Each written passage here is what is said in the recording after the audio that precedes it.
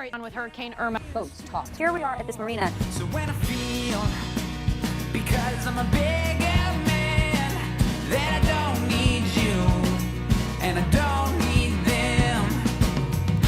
Sail away to the life we had, to the words we said, that we don't want to be grown-ups, and we'll always believe, say we never pretend, and at the end of the day, I still got all of my friends, I still got all of my friends.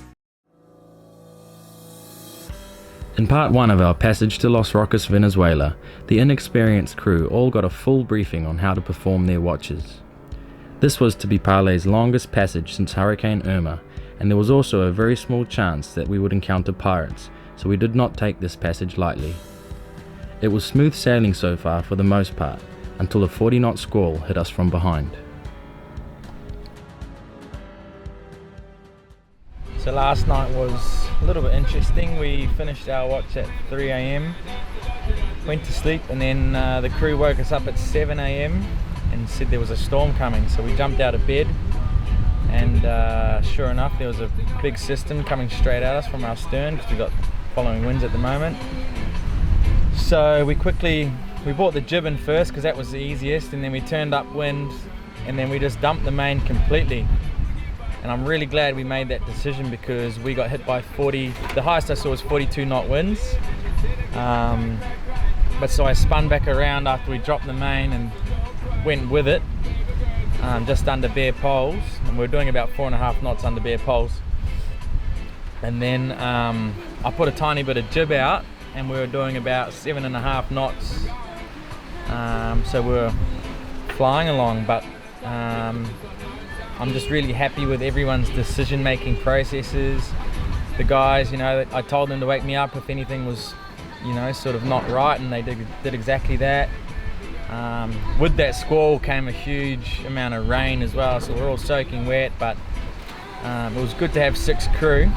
If it was just me and Maria, it would be a different story. So no one on here has really sailed before, so we had a big day of sort of lessons, and I taught them everything I know basically, theory-wise, about sailing. And yeah, everyone kind of picked it up pretty quickly. We all practiced doing watches during the day yesterday, and then we all did 3 hour, 6 hour, 3 hours on, 6 hour off watches, and basically no dramas till 7 in the morning, which was it was a good experience anyway, because I saw the boat with a little bit of head sail up, handles 40 knots fine. Only thing was a couple of cushions looked like they were about to blow away, but other than that, I'd comfortably go through those sort of winds again, maybe even more, no worries, just with the suitable amount of sail up. I think that's the key to all this stuff, is to be preventative with your sail plan rather than trying to fight it once you're in it. And yeah, so interesting morning. So everyone's kind of getting some rest again. We've got 14 knots behind us, and we're doing 8 knots. So we're going to come past Blanquilla Island soon, and then carry on to Los Roques. Hopefully get there around midday tomorrow, if we keep this a similar sort of speed. We're doing 9 knots right now, so I think we've got a bit of a current going with us. Yeah, we do, because we're doing 7.5 through the water. But yeah, interesting night. So Maria's been doing all the editing recently, so she's been busy on the computer, and I've come to realise that I need her to learn how to sail, because when we've got crew like this, no one really knows, and if I'm the only one that knows how to sail, it's a little bit difficult. So she's stepped up her game, and she's learning, and she already knows all the basics. So we're just trying to fine-tune it now and get her confidence. So she basically, our graveyard shift last night, she basically did it. She was telling me things she was looking out for, and she was spotting ships out there and everything like that. So I'm getting more confidence in her, and she's getting more confidence in herself. So in the future, maybe we can split up as a watch team, and I can take an amateur crew, and then she can take an amateur crew, so that there's always someone that kind of knows how to sail on watch. what is a random thought that you have had? For example, like yesterday when I saw the flight, I started thinking about the flight. That is the flight today.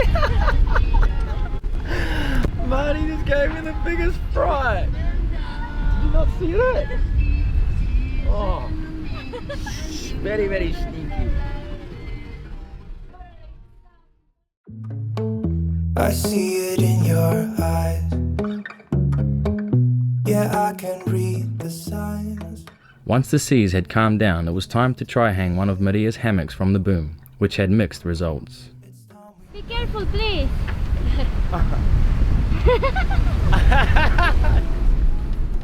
Make it shorter, shorter. Fuck, it's gonna be so nice with the rolling of the boat. How about that? Perfect. Oh my god, this is the best.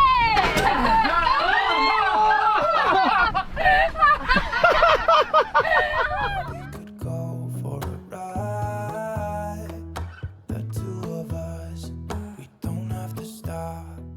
Baby, let's go.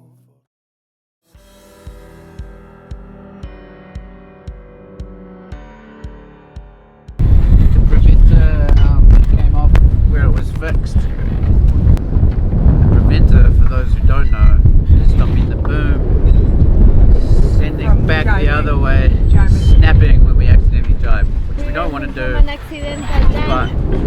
but it could happen with some rookies like us steering. So that's why it's there. After the preventer was reattached to the boom, we got set up for our third night at sea. Nearly 6, so we just nearly finished the 3 a.m. till 6 a.m. shift. It's been a pretty rough night. Winds got up to 25 knots, true.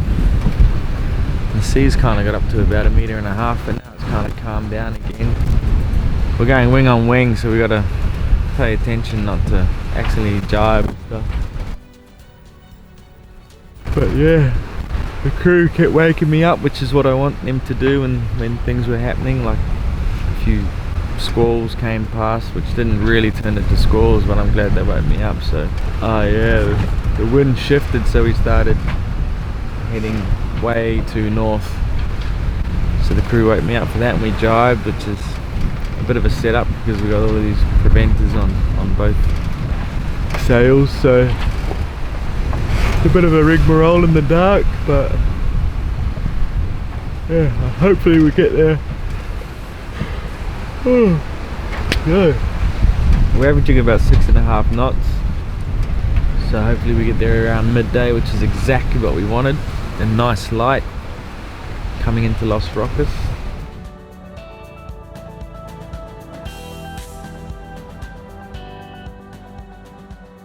I'm excited to get to Los Roques and get another stamp passport for Venezuela.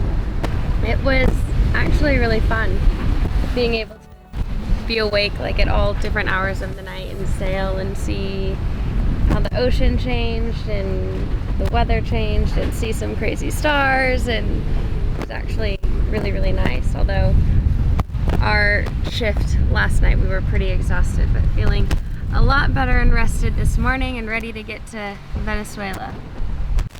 Alright, so we're getting ready for the final leg of the sail. Final watch, obviously. Final put watch. The best on for the They final put, watch. they put the most experienced on. We're only 19 nautical miles off Los Roques. Wow. Everything's sweet, like we're not in a danger zone. The true wind's 20 knots, but we've still got 2 reefs in. What angle are you keeping the wind at usually? The wind's sitting more or less 130, 140 because we're heading straight towards it anyway. Yeah.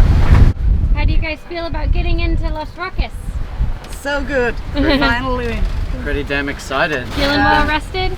Yeah, had a good sleep on the back deck last night. I had a couple of hours. Marty, you ready to go? Move your foot, Jimmy. Marty doesn't give a fuck. Yeah. He's Marty's- steering with his ass. Marty's not too excited. On our 4th morning at sea, we finally saw land and thought we would have one last crack at catching some food.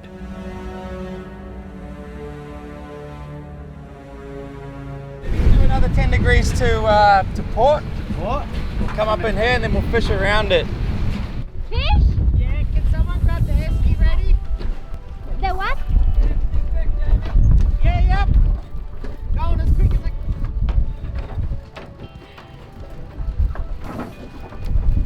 can. No, not the gaff, the esky. The cooler. No, go, turn in. Go, Colin, you're right. You're right, go. Back. Did you do that? How? In typical Parlay fashion, another fish gets away, but our spirits were up as we were about to anchor at Grand Rock Island, something we had been dreaming about for weeks. The crew were happy and humbled about their first real crossing.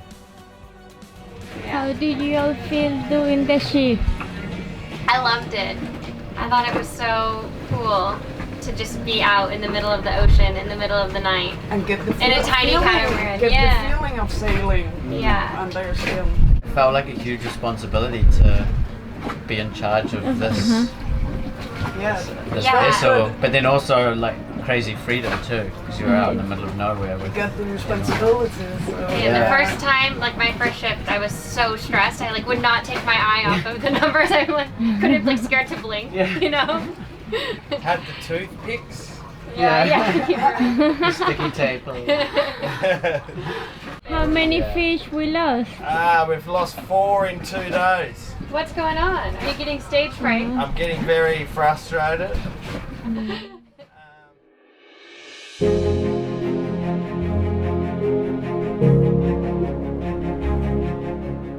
The crossing from Grenada to Los Roques is 300 miles due west as the crow flies, but we decided to sail slightly north for a while to avoid the chance of pirates off the Venezuelan coast. This pushed the journey out to 4 days, 3 nights, and we arrived in good light and could hardly contain our excitement. We had no idea what to expect, other than the reports from friends who had been there recently confirming it was safe and an absolute paradise, and how glad we were to have taken their word for it.